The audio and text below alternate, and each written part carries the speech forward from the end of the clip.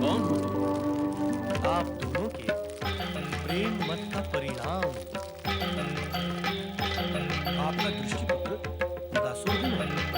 भगवान शिव की आराधना करते हुए अचानक आपके मन में माता सुकन्या के प्रति मोह और मन का संचार हुआ और मैं प्रकट हो गया। बताएं प्रश्नी, अब मेरे लिए क्या आज्ञा है? स्वामी, आपको शिवाराधना करते समय मुझे मोह भाव से नहीं देखना चाहिए था।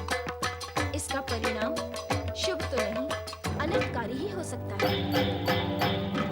नारायण नारायण। महर्षि च्यवन और माता सुकन्या को नारद को प्रणाम। मैं कैलाश से आपको इस अनर्थ से सावधान करने के लिए आया था, किंतु विलंब होने के कारण यह अद्भुत घटना घट गई। महर्षि, यह मदासुर असुर भाव का प्रतीक है। आप कृपया इसे अविलंब अपने आश्रम से दूर करें, अन्यथा मैं भी इस अप्रत्याशित घटना से किम कर्तव्य विमूढ़ हूँ। समझ नहीं पा रहा हूँ कि क्या करूं। हे महर्षि, आप कृपया कर मेरे साथ आए।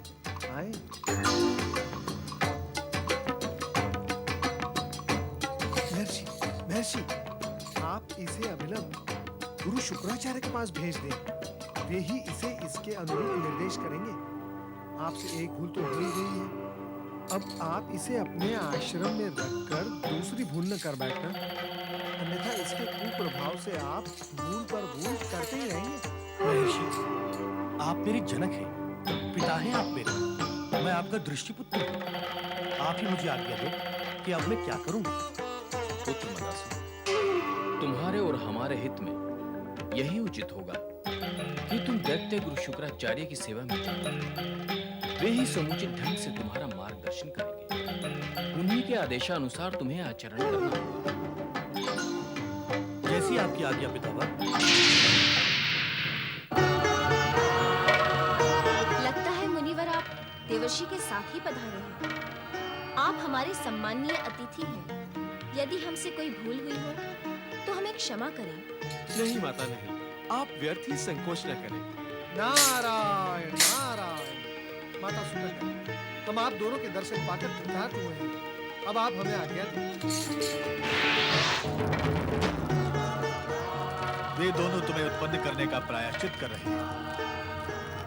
इसका स्पष्ट अर्थ यह है कि तुम्हें शिवाराधना करने से कोई लाभ नहीं। तुम माता शक्ति की आराधना करो। वे तुम पर प्रसन्न होकर सफलता का वरदान देंगे। मुझे अपने चरणों में शरण दीजिए गुरुदेव। मुझे असुर धर्म की शिक्षा दीजिए। नहीं, कदापि नहीं। तुम जवन के समान हमारे मन में भी विकार उत्पन्न कर सकते हो। हम दैत्य गुरु हैं। दैत्य वस्तु तो वैसे ही विकृत होते हैं। उनका गुरु भी विकारग्रस्त हो गया तो असुर विकृति किस सीमा और खाड़ी तक पहुंच जाएंगे, कौन कह सकता है। इसलिए माता की आराधना करने से पूर्व तुम अपने आप को शुद्ध करो, फिर हमारे पास आओ। जैसी आपकी आज्ञा गुरुदेव। आत्मशुद्धि के पश्चात मां की आराधना का फल इसे अवश्य मिलेगा। ओम ऐं ह्रीं क्लीं अष्टभुजाधारिण्यै नमः। ओम ऐं ह्रीं क्लीं अष्टभुजाधारिण्यै नमः। ओम ऐं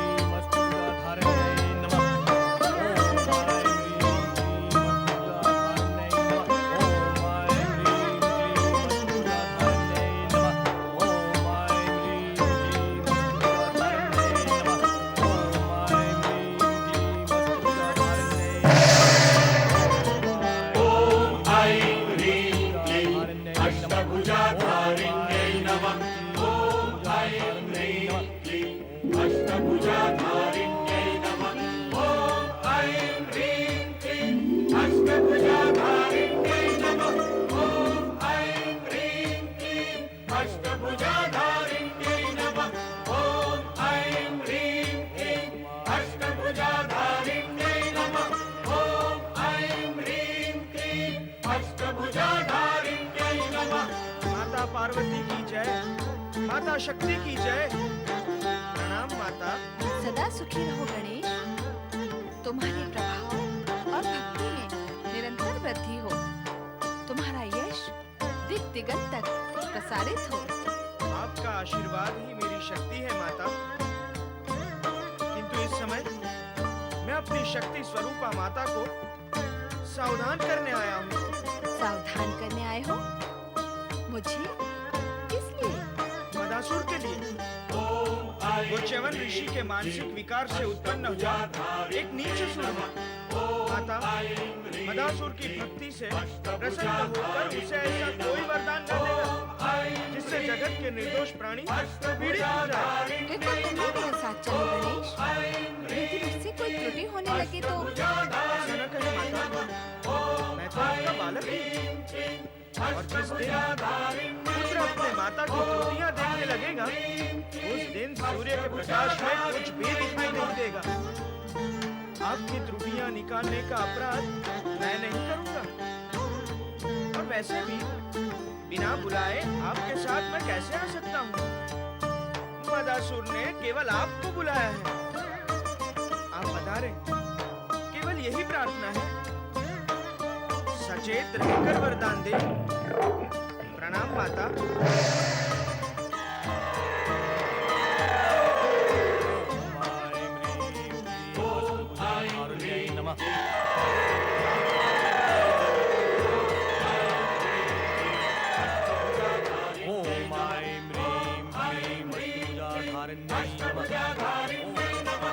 माता, मदासुर की भक्ति से प्रसन्न होकर उसे ऐसा कोई वरदान न देना जिससे जगत के निर्दोष प्राणी पीड़ित हो जाए। मदासुर, भक्त मदासुर, मैं तुम्हारी तपस्या और आराधना से प्रसन्न हूँ मदासुर। वर मांगो। माता शक्ति, दैत्य गुरु ने सत्य ही कहा था कि आप मनोवांछित वरदान देने के लिए अवश्य प्रकट होंगे। मैं आपके दर्शन करके धन्य हुआ। मैं तुम पर प्रसन्न हूँ मदासुर। वरदान मांगो। माता शक्ति, दैत्य गुरु शुक्राचार्य ने तो वरदान के विषय में कुछ भी नहीं कहा। मैं नहीं जानता कि मुझे क्या वरदान मांगना चाहिए। मैं तुम्हें वंश वृद्धि का वरदान देती हूँ। तुम्हारा वंश फूले फले, तुम शक्तिशाली पुत्रों के पिता बनो। परंतु ऐसा कोई कार्य न करना जिससे जगत के प्राणियों को कष्ट पहुँचे। कल्याण भव।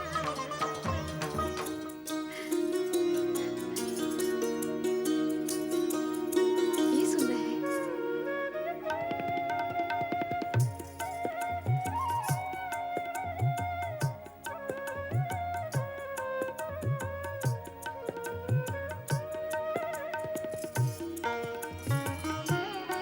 सुंदर, अति सुंदर।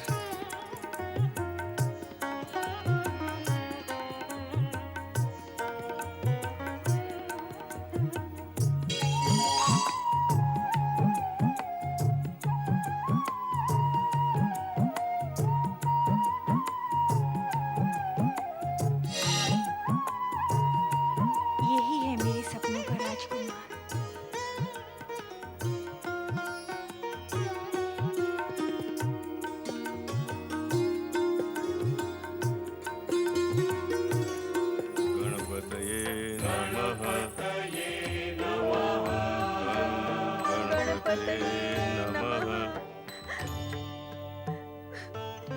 पुत्री, तुम्हारे मुख पर यह अवसाद कैसा है?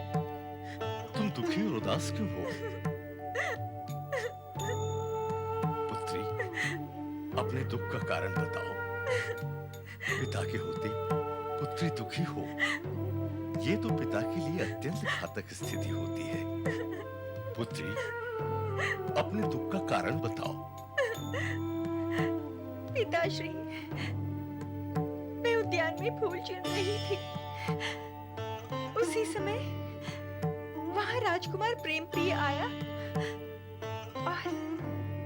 और उसने मुझे सम्मोहित किया। किंतु किंतु फिर वो वहां से अदृश्य हो गया पिताश्री, अदृश्य हो गया। और मेरी सखी सुदत्ता कहती है कि वो मायावी है। चिंता न करो पुत्री, भगवान श्री गणेश हर आने वाले संकट से तुम्हारी रक्षा करेंगे।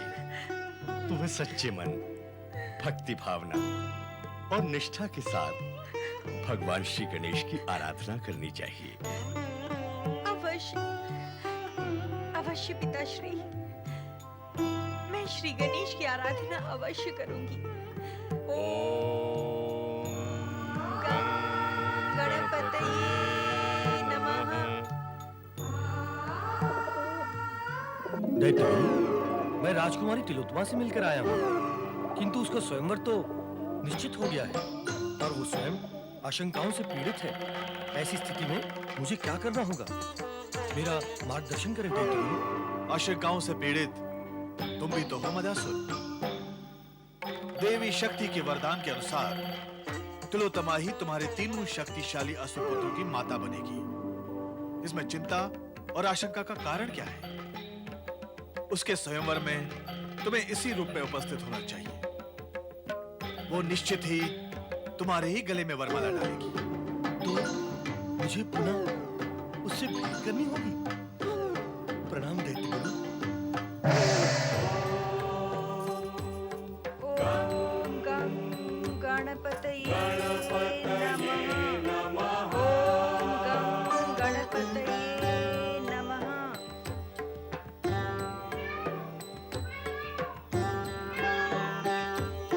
राजकुमारी तिलोत्तमा, कहाँ हो तुम? राजकुमारी तिलोत्तमा, हम आ गए हैं। ओम गं गणपतये नमः। ओम गं गणपतये नमः। ओम गं गणपतये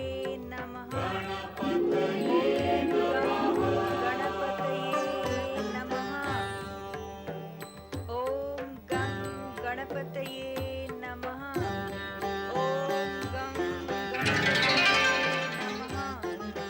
तिलोत्तमा, प्रभु श्री गणेश, मैं आपकी शरण में हूँ प्रभु। मेरी रक्षा करें भगवान, मेरी रक्षा करें। चिंता न करो तिलोत्तमा, हम सदा तुम्हारी रक्षा करेंगे। परंतु हमारी माता देवी शक्ति के वरदान के अनुसार तुम्हें मदासुर से ही विवाह करना होगा, जो इस समय अदृश्य रूप से यहाँ उपस्थित हैं। मदासुर, क्या मुझे एक असुर से विवाह करना होगा? तुम्हें भयभीत होने की कोई आवश्यकता नहीं है तिलोत्तमा। राज उद्यान में तुमसे मिलने वाला ये असुर अन्य असुरों से भिन्न प्रकार का है। ये महर्षि च्यवन का दृष्टिपुत्र है तथा श्रृंगार रस से इसकी उत्पत्ति हुई है।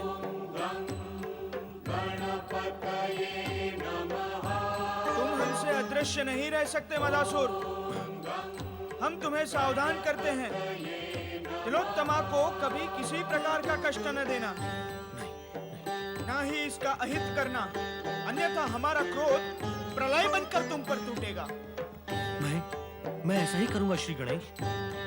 मैं तिलोत्तमा को हृदय समर्पित कर चुका हूँ।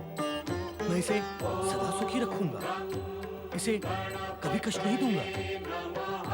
तिलोत्तमा, अब तुम निर्भय होकर स्वयंवर में मदासुर को, जो राजकुमार प्रेम प्रिय के नाम से स्वयंवर में उपस्थित होगा, अपने पति के रूप में वरण करना। माता शक्ति के वरदान के अनुसार यह अनिवार्य भी है।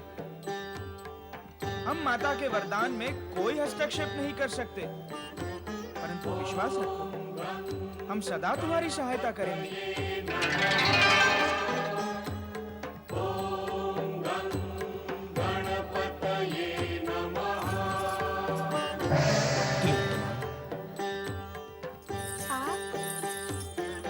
तिलोत्तमा, श्री गणेश के दिए हुए अपने वचनों का हृदय से पालन करूंगा। अब मुझे ज्ञात हो चुका है कि कि श्री गणेश माता शक्ति के ही पुत्र हैं।